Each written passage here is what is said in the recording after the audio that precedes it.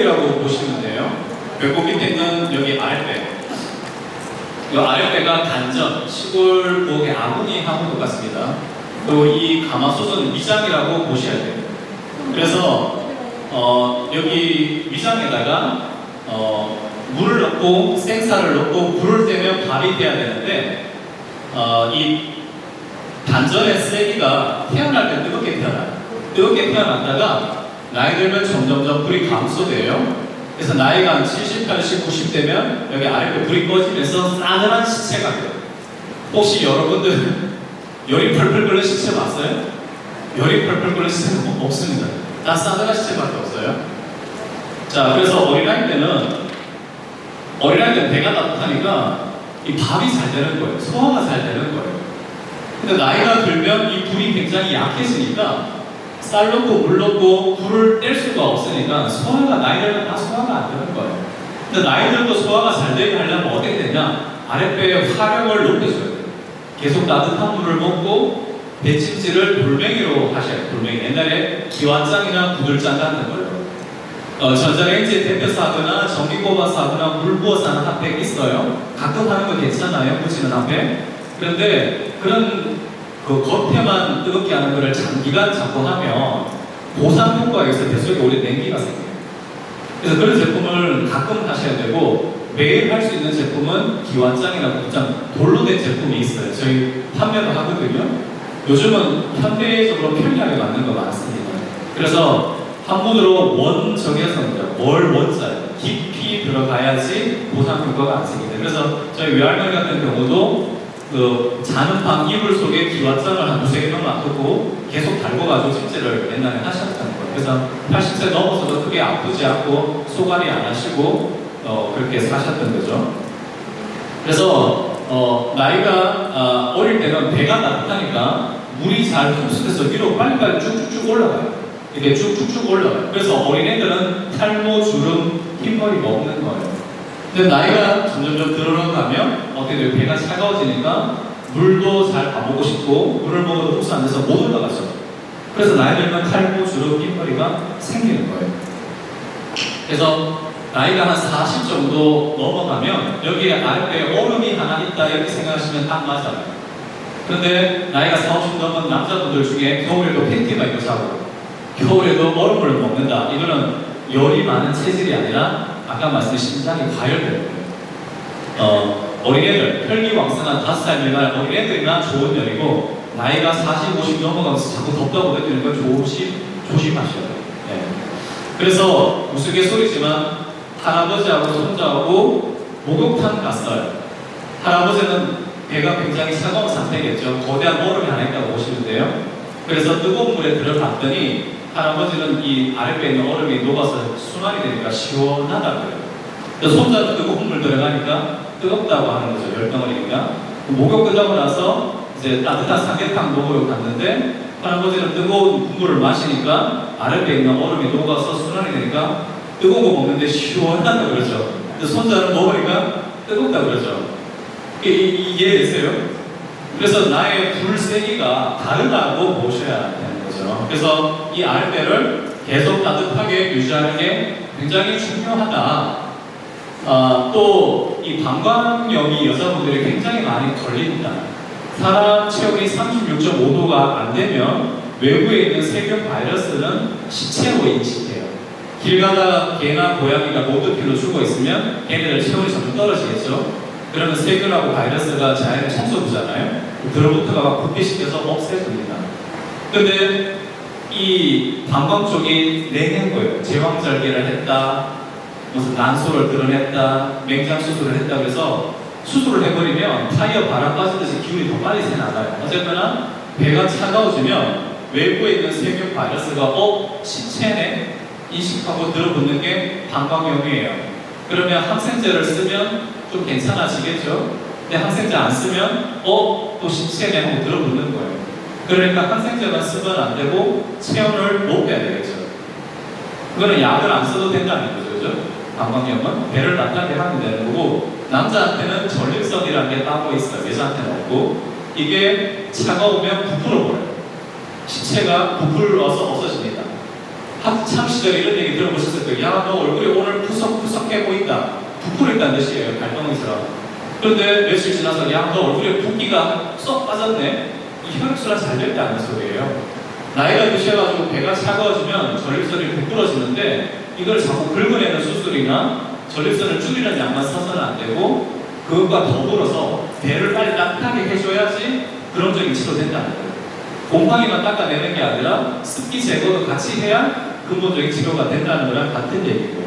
방광염에 항생제만 쓰지 말고 체온을 높이기 위해서 따뜻한 물을 마시고 배를 따뜻하게 해야 된다는 거죠. 이건 제가 아까 약간 했던 말이고요.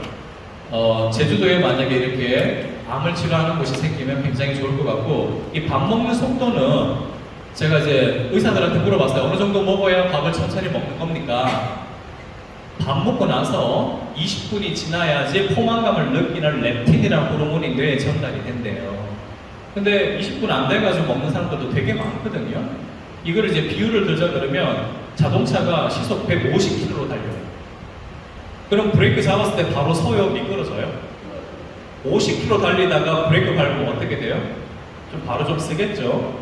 밥을 천천히 먹으면 분해돼서 완전히 분해돼서 흡수돼서 뇌에 전달 딱딱 정확하게 돼요. 급하게 먹어버리면 분해 빨리 안 돼서 이까지 전달되는 시간이 한참 걸려서 통과해버려요. 양은 과식한다는 뜻이에요. 천천히 먹어야지 딱 브레이크 제압이 되기 때문에 천천히 먹는 연습을 하셔야 돼요. 그리고 배가 차가워지지 않기 위해서 장작을 잘게 무신 조각을 넣어야지, 아까 제가 얘기했죠? 배가 차가워지지 않는다. 그래서 살을 빼기 위해서 굽는 것보다는 아주 천천히 먹는 게 많이 씹을수록 살이 빠진다는 것도 얘기했죠. 김신영인가 누가 여자 연예인 탤런트가 많이 씹는 것만 했는데 살이 엄청 빠졌어요. 그리고 지금 제가 처음 얘기한 것도 있지만은 교육이 빠져있는 의료를 하면 계속 이 의료비가 너무 많이 들어요. 약만 먹어서는 낫지 않는 거거든요, 사실은. 그래서 이런 프로그램을 미국에서도 신약 개발을 하고 한쪽은 교육을 했는데 교육을 한 쪽이 훨씬 질병 발생이 덜 생겼다는 거죠. 그래서 이런 정기적인 교육이 필요한데 사실은 사람이 8번 들어야 한 번 기억해요. 그러니까 저한테 한 7번 더 들으시면 한 번 기억이 나실 거예요. 오늘 한 번만에 다 기억하시면 나쁜 환자예요. 그러면 안 되죠. 자꾸 망각을 하셔야 되고. 그 다음에 이렇게 몸을 따뜻하게 해야 된다는 책은 이제 되게 많습니다. 특히 일본에 되게 많겠죠. 온천이 많아가지고. 근데 이게 원리가 아까 말씀드린 사골국을 팔팔 끓이면 된다는 거죠. 몸이 따뜻해야 된다는 거. 그러면 도대체 내가 몸이 차가워지는 원인은 뭐냐? 그걸 알아서 이제 반대로 하면 되는데, 한국은 경쟁 사회이기 때문에 바로 스트레스는 어쩔 수 없고, 차가운 거라도 좀 덜 먹으면 어떨까? 네. 너무너무 스트레스 받고 너무 차가운 거 먹고 싶을 때는 먹고 바로 배를 따뜻하게 하거나 따뜻함으로 먹거나 하든지 해서 좀 차가운 게 안 좋다는 걸 좀 알면 좋겠고, 밥 먹는 속도 같은 경우도 좀 천천히 해야지 배가 차가워지지 않는다, 이런 걸 좀 알면 좋겠죠. 근데 제가 제일 문제는 야식이라고 봐요. 저녁에 늦게 먹는 건데, 사실 저녁에 적게 먹기 위해서는 저는 간식을 꼭 먹어야 된다고 봐요. 점심을 먹고 또 점심이 또 부실하게 먹는 사람 많아요. 대충 면 종류 먹으면 한 4시쯤 저혈당이 오거든요. 배고파요. 그러고 나서 저녁에 퇴근 시간 늦어서 집에 가면 배가 너무 고파서 폭식하거든요. 그래서 과일 말린 거라든지 자기 나름대로 견과류 같은 거 가지고 있으면서 꼭 4시, 5시 퇴근 전에 꼭 먹고 집에 가세요. 뭐든지 시장기를 속여야 돼요. 제가 제일 많이 쓰는 건 바나나입니다. 바나나 같은 경우는 햇빛을 굉장히 많이 보거든요. 그래서 우리 장에서 보통 세라토닌을 90% 이상 만든다는 거 혹시 아십니까? 이 장이 나빠지면 우울증, 공황장애가 오는데, 사실 정신과 치료와 더불어 장 치료를 반드시 하셔야지 행복 호르몬 세라토닌이 나오는데 바나나에 굉장히 많다는 걸 아셔야 돼요. 그리고 요즘에 배가 차가우니까 구립 환자가 너무 많아요. 우리 닭을 달걀을 품어요. 근데 온도가 안 되면 계란이 뼈마리가 안 될 수가 있어요. 마찬가지로 난자 정자가 만나가지고 이제 수정이 됐는데 여자 배가 차가우면 유지가 안 되는 거예요. 어르신이 만약에 겨울철 추운데 냉방에서 살아보세요. 10달 동안. 또 견디겠어요? 복대도 다 유산되어버리는 거예요.